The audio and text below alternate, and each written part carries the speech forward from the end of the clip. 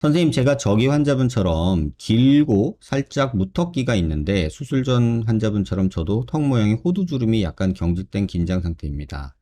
혹시 저 환자분은 전진술 하신 건가요? 전진술할 시 수술 후 사진처럼 턱끝 모양이 평평해지나요? 만약 전진술하지 않고 돌려깎기 하고 근육 묶기 했을 경우 전진술을 시행한 모습처럼 평평해지는 모습이 되는지 궁금합니다. 이게 이제 무턱인 환자들은요, 거의 8, 90%가 호두주름이 있으세요. 이걸 조금 제가 제 얼굴로 좀 보여드리면, 우리가 입을 다물 때, 제가 입을 다물어 볼게요. 제 입 모양 잘 보세요. 이렇게 다무는 경우가 있어요. 자, 보시면 윗입술은 안 움직이죠? 턱하고 아랫입술만 움직여요. 또 어떤 경우는 어떤 분들은요, 입을 다물 때 이렇게 다무는 경우도 있어요.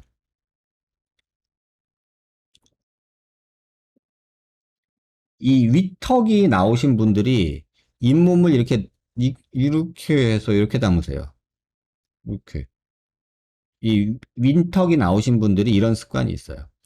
그 다음에 무턱인 친구들은 어떤 습관이 있냐면요. 입을 다물 때 이렇게 다물어요. 이런 식으로. 입을 다물라 그러면은 턱이 짧은 친구들은 이게 항상 내려오거든요. 이렇게. 그러니까 얘를 억지로 올려야 돼요. 그러다 보니까 아랫입술을 그러니까 치받아서 닫아요. 이런 식으로. 이런 식으로. 자, 여기서 잘 보시면 제가 저는 턱이 많이 나온 주걱턱이에요, 저는. 그죠? 옆모습을 보면 저는 턱이 되게 많이 나온 주걱턱이잖아요. 그런데 저도 입을 아래턱을 힘을 줘서 다물면 어떻게 다물어지는지 한번 보세요. 이렇게 다물어져요. 아, 여기 잘 보시면 여기 호두주름 생기는 거 보이세요? 저처럼 턱이 나온 사람들도 아래 입술 근육을 올려서 입을 다물면 호두주름이 생겨요. 음. 근데 무턱인 친구들은 무조건 이런 식으로 다물어요. 그러니까 무턱인 친구들은 여기에 호두주름이 다 있죠. 이건 습관이에요. 마치 오른손잡이, 왼손잡이처럼. 근데 이거를 없애려면 방법은 세 가지가 있어요. 그건 뒤에서 설명을 드릴게요. 근데 수술하고 나서 어느 정도 없어지기는 해요. 자, 이 원리가 뭐냐는 거죠. 이분은 전진술을 한 거예요. 왜냐면 여기가 각져 있잖아요, 이렇게. 그러니까 여기가 이렇게 각져 있으니까 여기를 자르고 그 다음에 전진술을 한 거예요. 그러면 이렇게 되죠. 근데 이거 제가 2009년인가 10년인가 그 무렵에 수술한 거거든요. 근데 보면 지금 기준으로 보면 이때는 잘했다 이쁘네 막 이랬거든요 제가. 근데 지금 기준에서 보면 아 내가 이 볼살을 간과했네. 여기 살짝 꺼지네. 요 부분이 이제 지금은 눈에 보여요. 요 부분. 여러분은 안 보이시나요? 잘 보면 내가 여기 뼈 볼륨을 많이 줄이다 보니까 여기가 이렇게 볼살하고 턱끝이 약간 페이는 뒤집어진 오메가 쉐입 모양이 조금 나오네. 하지만 이뻐졌으니까 오케이 라고 할 수도 있어요. 하지만 지금은 이게 보여요. 전에는 이러고 나서 잘했다 이러고서는 있었어요. 근데 지금 기준으로 보면은 아 이거 조금 볼살 들어진 게 보이네. 여기도 보면은 여기는 그렇게 볼살이 많이 없었잖아요. 근데 아 이 볼살 들어진 거 보이네. 이거를 이제는 보여요. 근데 이때도 저도 이게 2008, 9년도 정도 됐을 거예요. 2010년도 안 됐을 때 사진인데, 수술한 내용인데, 이거 이래 놓고서는 잘했다고 환자 고맙다 그러고, 환자 만족해하고, 나도 잘했다고 여기저기서 막 했던 거죠.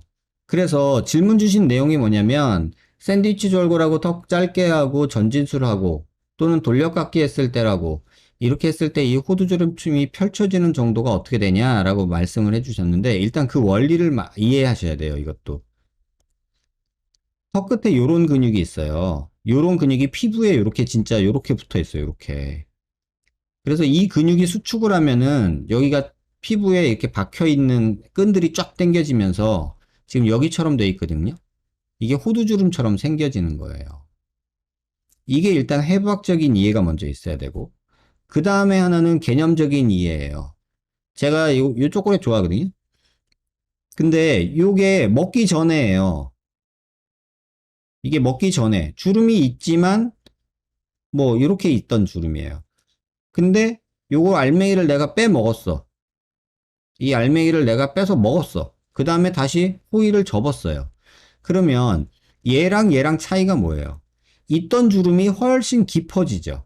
이게 뼈의 볼륨이 줄어들면 또는 전진돼 있던 뼈가 후진되면 남는 살들이 이렇게 팽팽하게 알맹이가 있을 때보다 볼륨이 줄어드니까 주름이 깊어져서 호두주름이 깊어져요. 그래서 뼈가 너무 많이 줄거나 후진이 되거나 하면 이런 식으로 호두주름이 심해져요.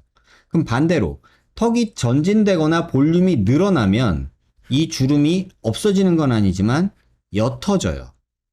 그걸 이해하시면 돼요. 개념적으로. 그러면 방법은 세 가지. 턱끝 뼈의 볼륨이 늘어나. 그러면 호두주름이 없어져. 그 다음에 그게 아니라 턱끝 피부가 이렇게 풍선처럼 불어오를 수도 있잖아요. 필러 같은 걸 막 넣어서. 그러면 조금 완화돼. 그 다음에는 찌그러들게 하는 근육을 보톡스로 마비시켜 버리는 거예요. 그러면 호두주름이 없어져요. 자, 보면 얘는 필러, 시술이죠. 얘는 보톡스, 시술이죠. 얘는 수술 앤드 시술이 되겠죠. 이 세 가지 방법으로밖에는 해결할 수가 없다.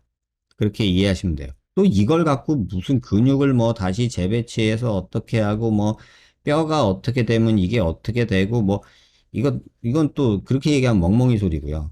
원리로 보면은 요 세 가지로 정리가 된다는 뜻이에요.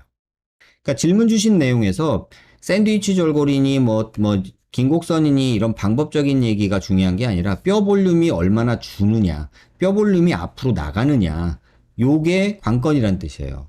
얼마나가 정해지지 않은 질문은 사실은 이렇게 될 수도 있고 저렇게 될 수도 있어요. 그러니까 방법이 만들어내는 결과가 아니라 어떤 방법이든 이런 결과를 만들 가능성은 있는데 그 정도가 서로 어떠냐를 따져야 되는 거예요. 꼭 기억하세요. 호두주름 얘기할 때는 이 초콜릿, 이 알루미늄 호일 찌그러지는 거, 이걸 생각하시면 될 것 같아요.